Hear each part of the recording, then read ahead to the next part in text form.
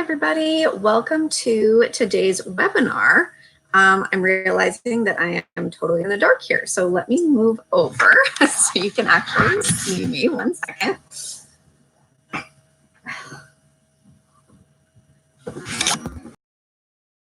can see the messy kitchen. That's okay. Okay, so let's see. I'm getting a notice that the connection's not stable. Okay, here we go. All right, so Mercury went direct this morning, so hopefully we won't have technical difficulties today, like I have been having all week and all month. So welcome to the 3 ways to use astrology to claim your power as a witch webinar. So this is a webinar that I've hosted before. I love this webinar because I think it just has such a powerful message to share with all of you. So we'll wait a couple minutes, wait for everyone to jump on. But we're going to be talking about some really exciting things today. Astrology to me it's one of the most powerful tools that we have as witches. It can act as a tool in so many different ways. It can be a tool for timing our spells and magical working so that they're most effective. It can be a tool for connecting with deities, connecting with the archetypes of the gods and goddesses. Astrology can help us to do so many different things. For me, astrology is an act of devotion. Astrology is how I stay in tune with the rhythms of the moon phases, the rhythms of the seasons.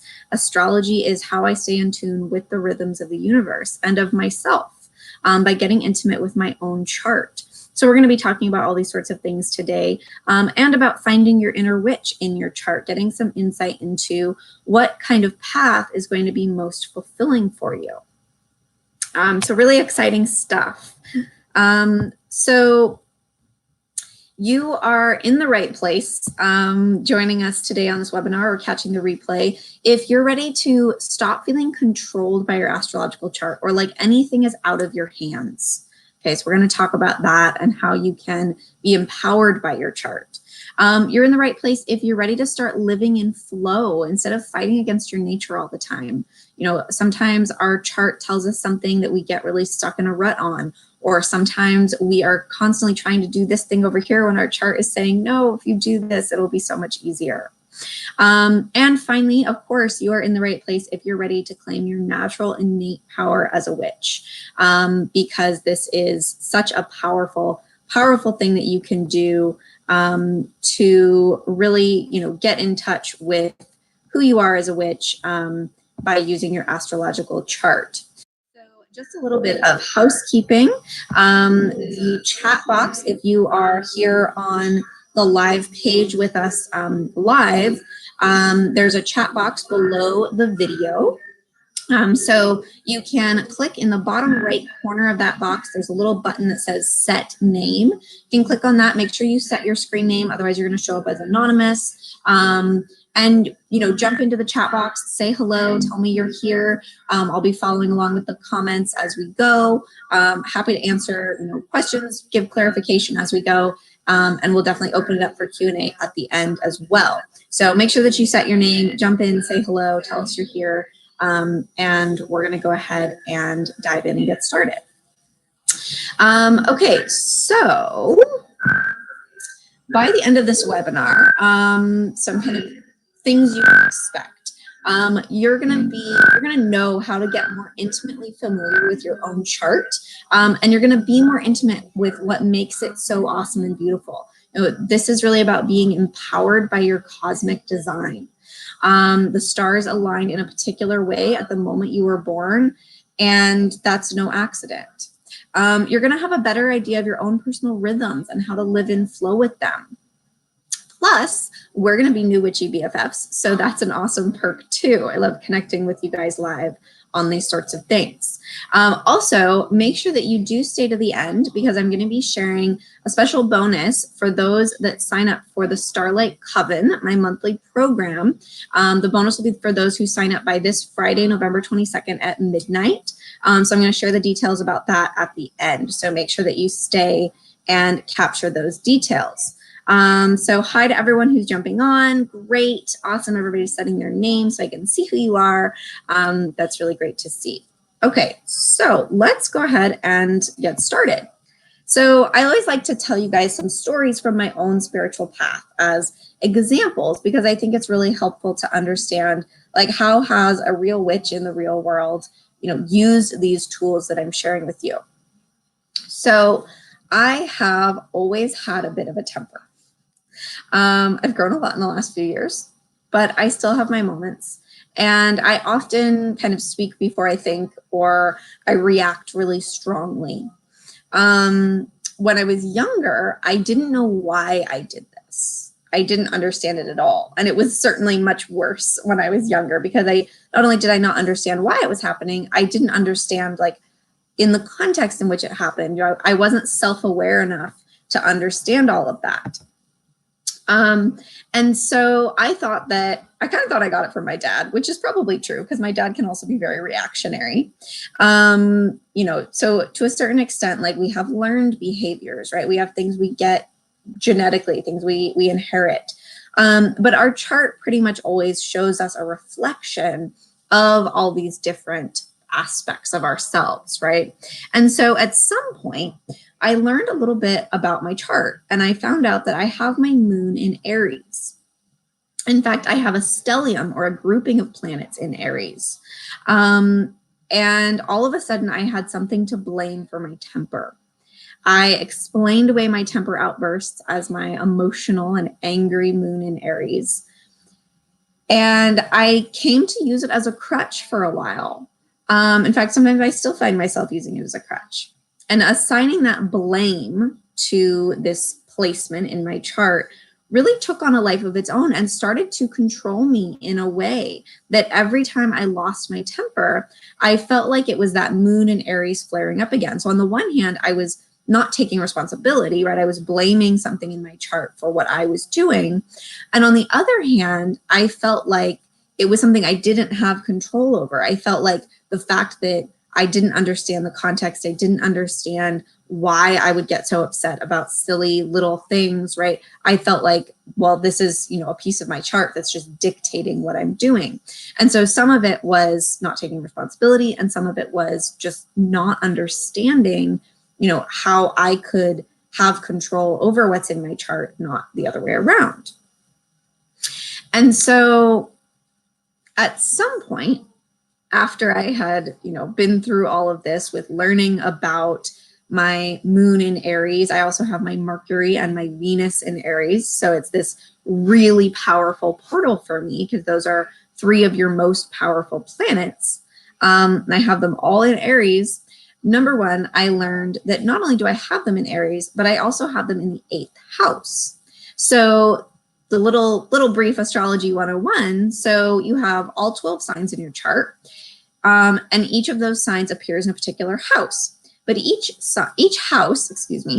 house is naturally ruled by a particular sign. So Aries naturally rules the 1st house, Taurus the 2nd, and so on. And so unless you have Aries rising, because your rising sign always dictates which sign shows up in the 1st house, unless you have Aries rising, you have every house in a sign that doesn't naturally rule that house. So for example, I have Aries in the 8th house. The 8th house is naturally ruled by Scorpio. So it's kind of like this little formula, right? So I have my moon in this combination of energies of Aries and Scorpio at the same time. So that's really powerful, right? So I learned that this isn't a one-sided, one-faceted system. It's this deeply nuanced and very personal system. So yes, I have my moon in Aries, but I also have this Scorpio energy in my moon and my Mercury and my Venus that I have in this powerful placement. And so one of the things that I learned about my moon in Aries is that I care a lot. I'm deeply passionate about everything I give my energy to. And my passions are directly tied to my emotions. There's no separating passion from emotion for me. That's the moon, our emotions in Aries, our passions, right? But I also have this like depth of commitment. excuse me. I also have this depth of commitment to everything, and that comes from the Scorpio. So Aries is very passionate. Aries cares a lot. Aries really comes from that like fiery heart space, but Aries also gets bored. Aries wants to move on to the next thing. And I can certainly relate to both of those aspects of Aries. I can also relate to the depth, the intimacy, the commitment, the intensity of Scorpio. And so I have this unique combination of Aries and Scorpio, right? Went from Aries in the 8th house. And so there are shadow and there are light aspects, expressions of both of those signs. So, I can fall into the brash, temperamental, side of Aries, or I can mindfully choose to use my passions and to give my energy to things that are going to be healthy and supportive for me. So, every sign gets a bad rap at some point. Water signs are too emotional.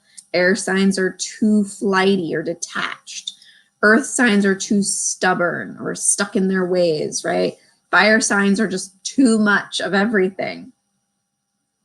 Some of the most hated on signs are Aries, our Scorpio, our Gemini, our Leo, our Pisces, our Aquarius. But that's half the zodiac right there, which is why there are no bad signs and there are no bad placements, right? So Aries and Scorpio together can be a tough one. It can be an emotional, passionate one that can be hard to deal with sometimes.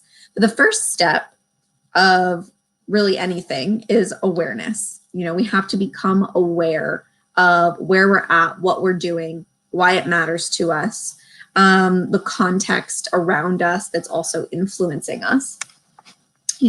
All of these things are part of who we are.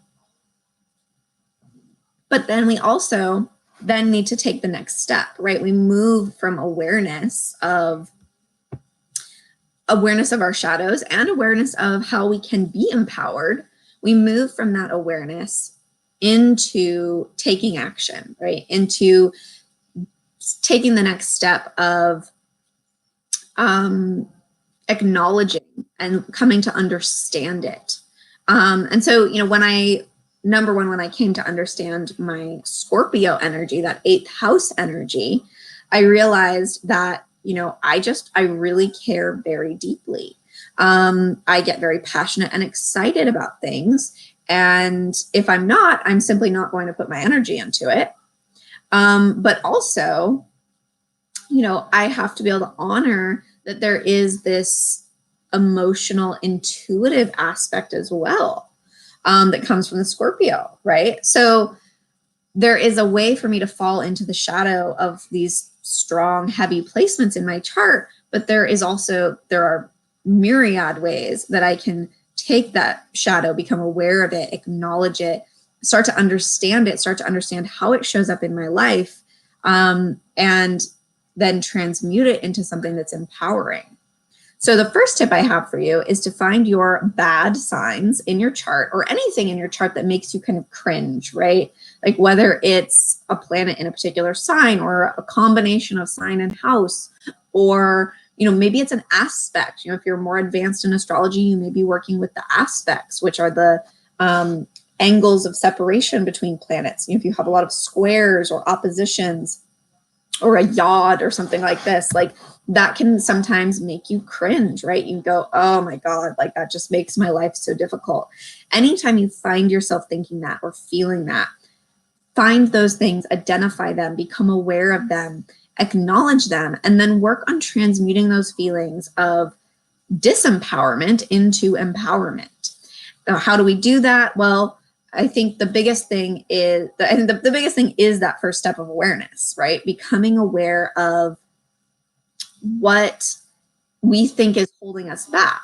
And then it's a matter of asking the right questions of ourselves, right? You have to ask, why do I feel so disempowered by this? Why do I feel like I don't have control over my actions, or I don't have control over the way I express myself?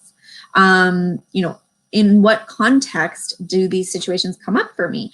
How do I feel physically in my body when these situations come up for me? That can give us a lot of insight.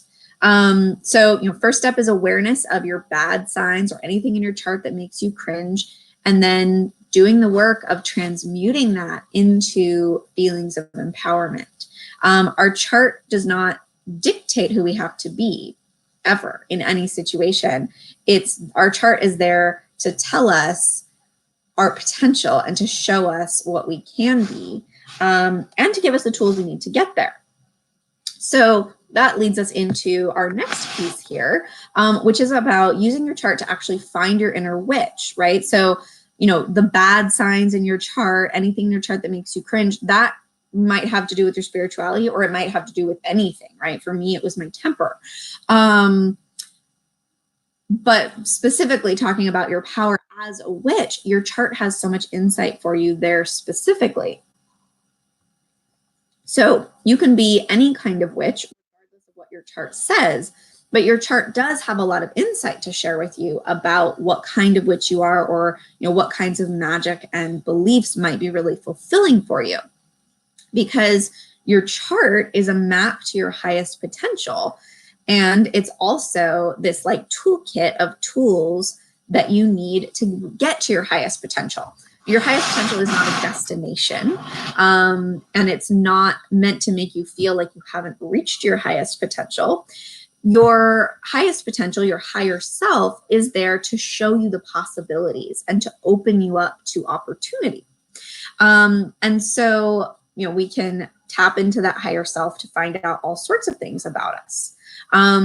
So your highest potential as a witch, the types of magical workings that are going to be fulfilling for you, just a spiritual expression that's going to really light you up. You can definitely look to your chart to find that. So where do you look? I recommend looking at where Scorpio, Pluto, Lilith, and the 8th house appear for you.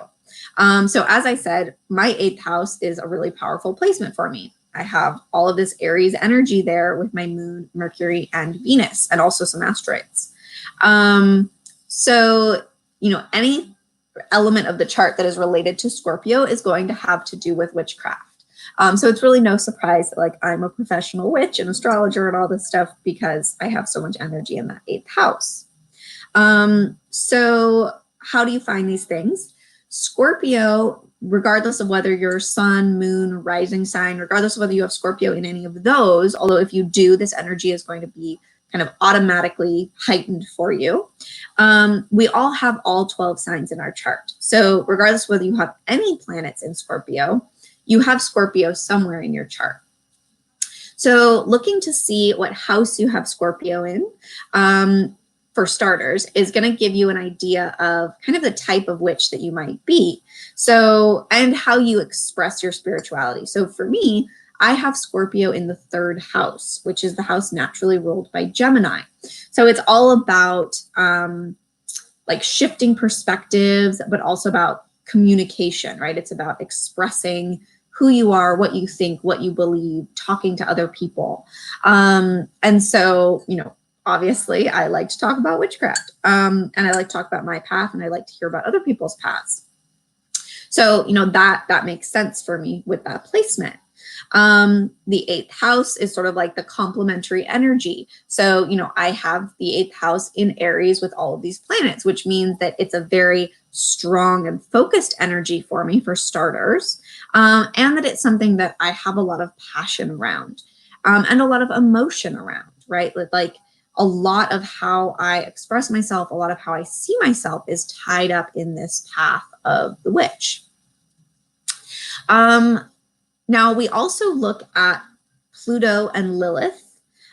Pluto is, of course, the little planet farthest away in our solar system, named for the god of the underworld. And Pluto moves very, very slowly. It takes almost 300 years for Pluto to move all the way around the sun. And so Pluto has generations. So everyone born within about 10 to 15 years of you has Pluto in the same sign, which is why the house that Pluto appears in is most important. So I am part of the Pluto and Scorpio generation, which is an inherently witchy generation. because Pluto is at home in Scorpio. And so I have Pluto in that third house. The energy is reinforced. But you may have Pluto in Virgo, Pluto in Libra, Pluto in Sagittarius. For those alive in our couple of generations, those are the most common. So, look at the signs, see where it shows up for you, but mostly look at the house, which, is going to give you a lot of insight. We also like to look at where Lilith appears for you. Lilith is an asteroid, and she represents like your most ferocious inner witch. She has a lot of magic, a lot of darkness. She is sort of like one of the darker expressions of Scorpio. And so Lilith helps us to understand, like, how can we get really deep with our own darkness? How can we do this shadow work? How can we release shame around being a witch? Lilith has a lot of power for us there as well. I also think that it's important to just look at your sun, moon, and rising signs to see what, kind of witch you might be. Your sun, moon, and rising signs are sort of like the core of who you are. My mentor, Daphne, she talks about the planets, especially the inner planets like the sun, moon, Mercury, Venus, Mars, and your rising sign, that these are kind of like the workers, that they are how we express ourselves within the thematic, energy of our lives. And so your sun, moon, and rising signs are also very important to show you your inner witch. For example, I really teach that there are like 12 basic types of witches, although there are certainly many more. But I have channeled each sign and connected it to a particular path that it sort of rules over. So, for example, Taurus rules the path of the cottage witch. I consider myself a cottage witch and am a Taurus sun. Gemini rules the path of the hedge witch because it's a very mental, airy, intellectual, but also it's a very intellectual path, but it's also about plants and herbs, which Gemini is very connected to. It's also about astral projection, so like magic of the mind. So, each sign has particular types of magic, particular energies that feel really supported and empowered by it. So that can be really, really helpful to look at your sun, moon, and rising signs to also get some really deep insight into who you are as a witch and to, how to really claim that power. Because for me, labels are never necessary. And it's not necessary to discover your particular path like right away. It doesn't have to be your priority. But labels can be a source of liberation and not limitation. Labels are not about putting yourself in a box. Rather, labels should be about honoring your deepest, truest self. Words have a lot of power. Most of magic is words, right? When we cast spells, we are speaking words or writing words or, writing words and burning them, right? Words are magic. Words are so powerful.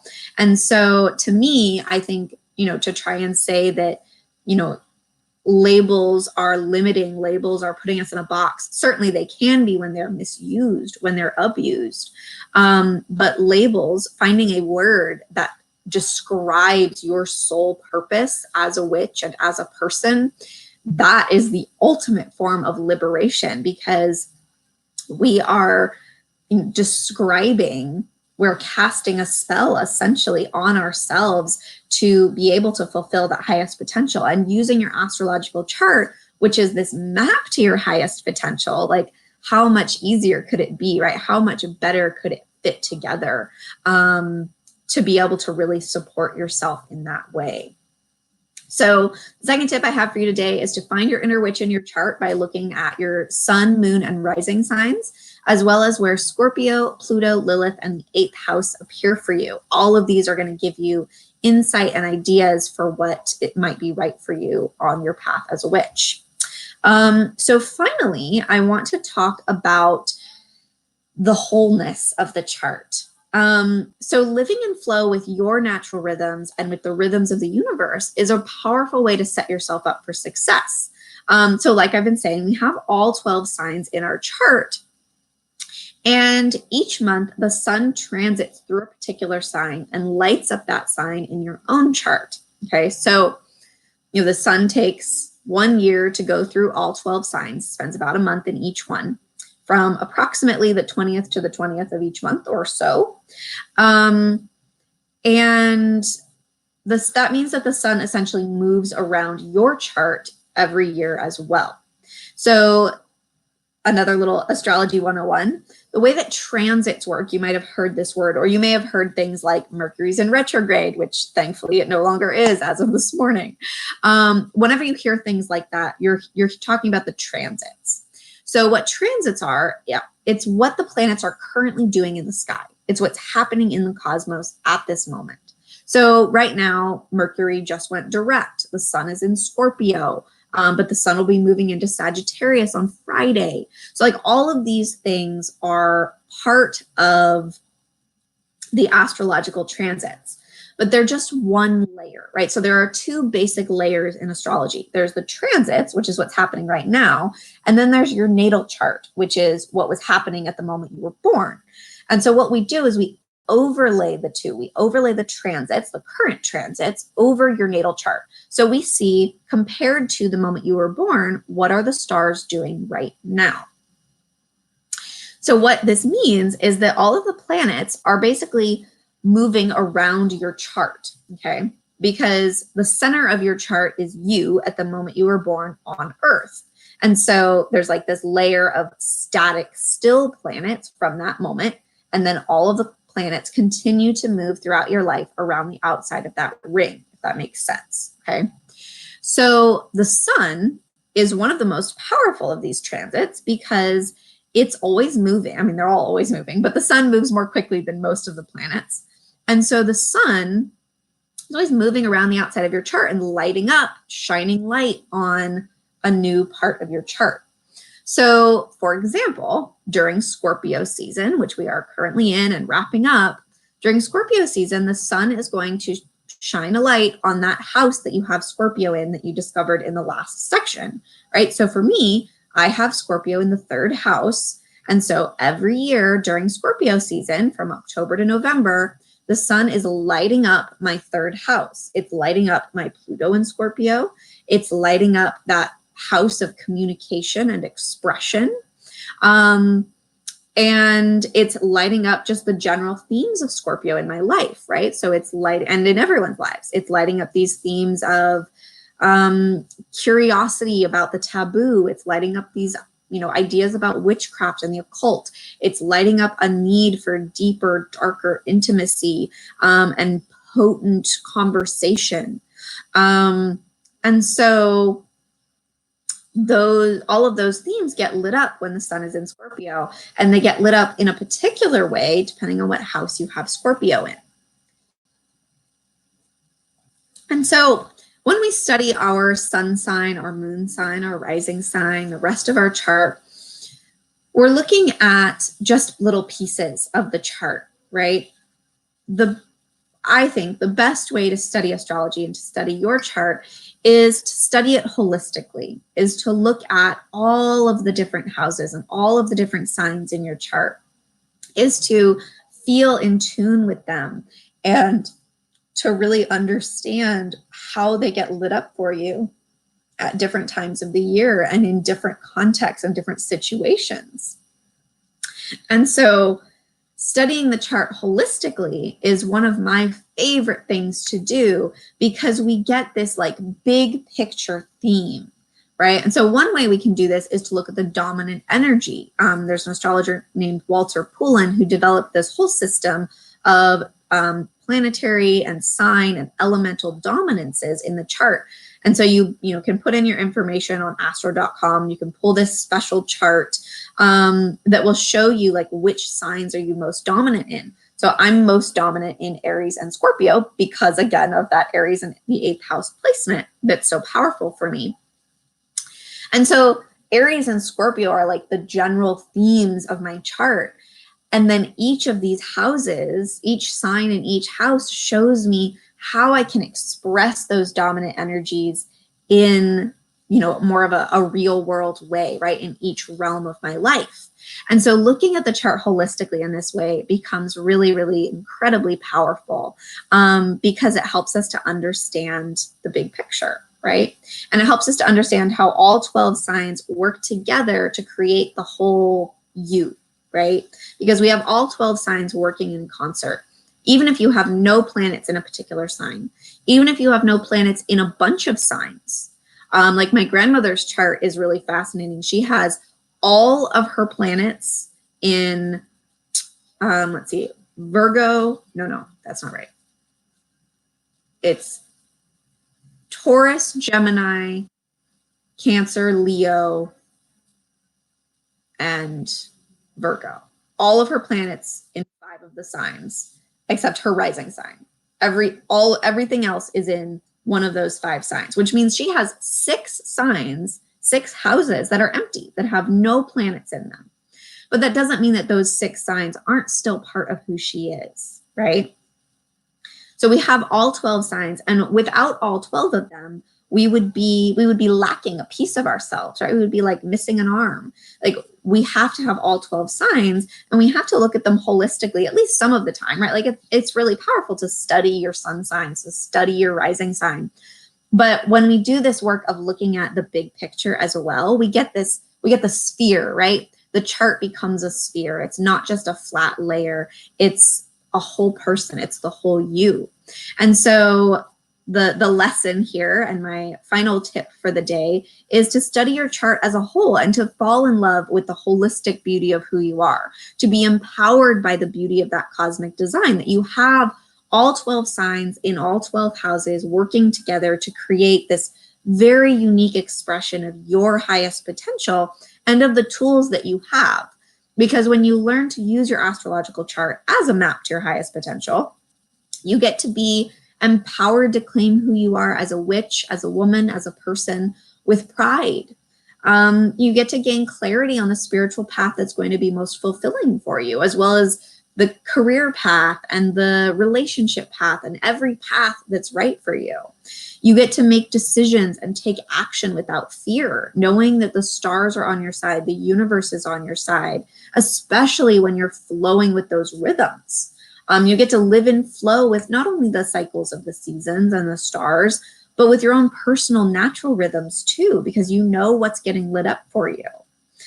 You get to fall in love with all the elements of yourself and learn to express really deep, intimate self-love. You know, astrology is a tool of self-love, 100%, because it helps us to understand ourselves better.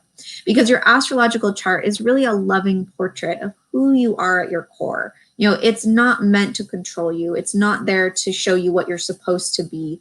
It's there to show you what you can be and how you can do it. And it's yours to express in the way that you most want to.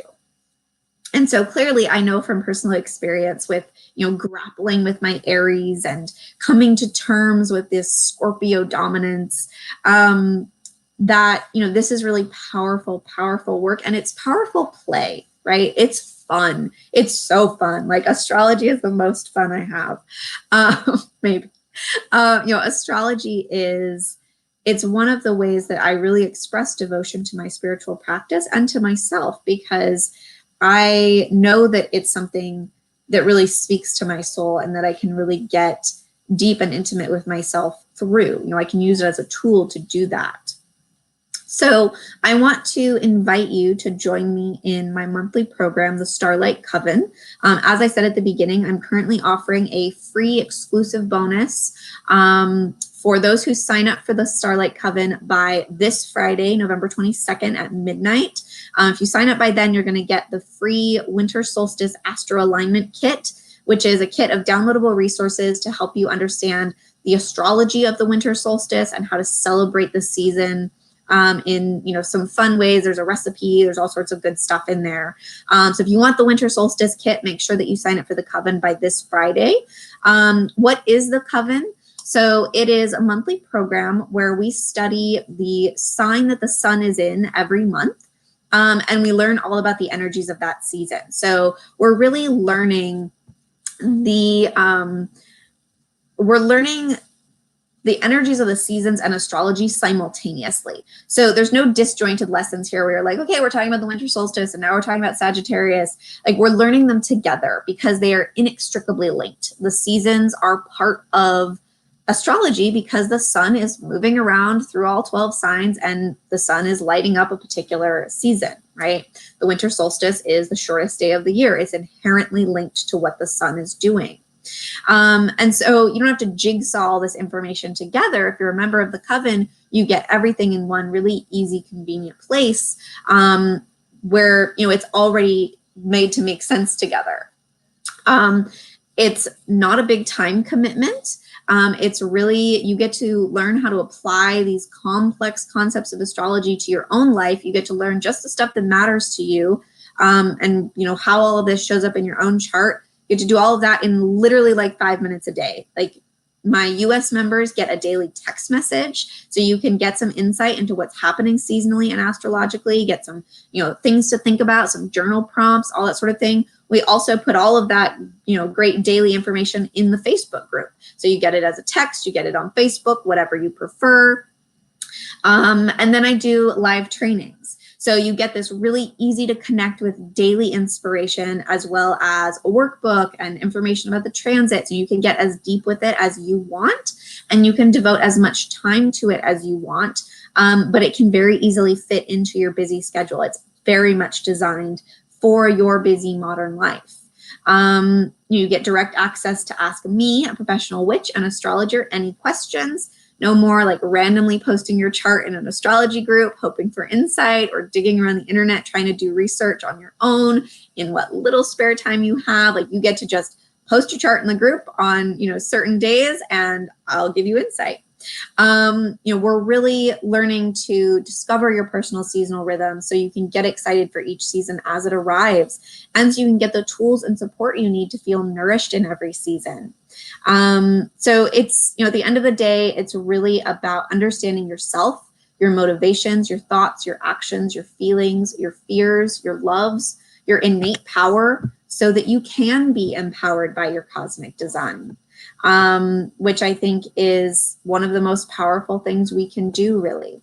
So I invite you to join me in the Starlight Coven. If you are on the live page for this webinar, there's a button below the chat box that just says join the Starlight Coven. You can click right on that, and it'll take you to the page to join. And you'll get some emails this week with links and everything as well. As well as a link to the replay for this video. So the replay will be available until Friday. And also on Friday, of course, that winter solstice astro alignment kit is expiring. So you want to make sure that you get in and grab that before it is gone. So we're going to be studying Sagittarius season and the winter solstice over the next month. We're going to be getting in touch with the archetype of the healer so that we can heal the shadows that have come up for us during this intense retrograde Scorpio season. It's all really great stuff. So would love for you to come and join me and to experience it for yourself. So happy to answer any questions. I'll stick around here on the live for a few minutes. If you're here on the live page, drop your comments and questions in the chat box. I'm happy to clarify or give you any additional insight, whether you have questions about, you know, finding your inner witch in your chart, or about, you know, what house the sun is lighting up for you right now, or anything like that, or, you know, about those so-called bad astrological signs, you know, anything that is making you cringe and you don't know how to transmute it into something beautiful. You know, for those of you who are here live, happy to answer those questions for you.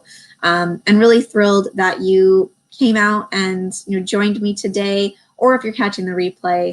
You know, I love connecting with you guys in this way and sharing more about my experience, and, you know, being able to guide you and be a mentor to you on your spiritual path is really my honor and privilege.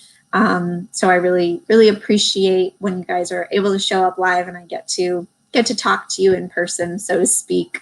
One of my favorite things to do. So, okay, so Pale Bear says, what do empty houses say?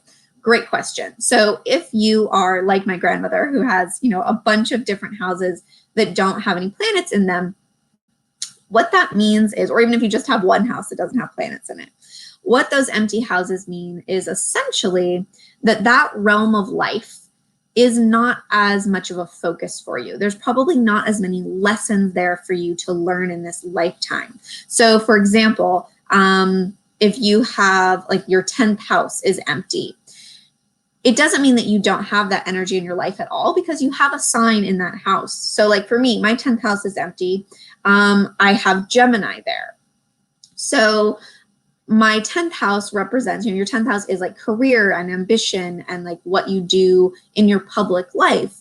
So it means that like those things may become more easily to me. Career is not as much of a focus for me in my life as other things where I have lots of planets.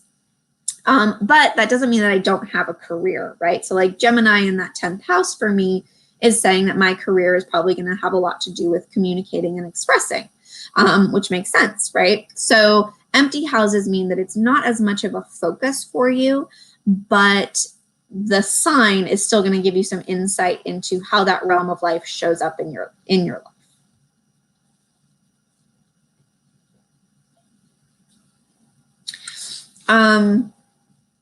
So now, and if you are looking for your inner witch and maybe like your 8th house doesn't have any planets in it, it doesn't mean that you can't be a witch, right? But it means that maybe the witchy side, the occult side, maybe isn't as much of a focus for you, right? But you're still going to be able to see what sign you have in that 8th house, what house do you have Scorpio in, do you have any planets in Scorpio, et cetera, et cetera. So lots of ways to get really intimate and nuanced with your own chart.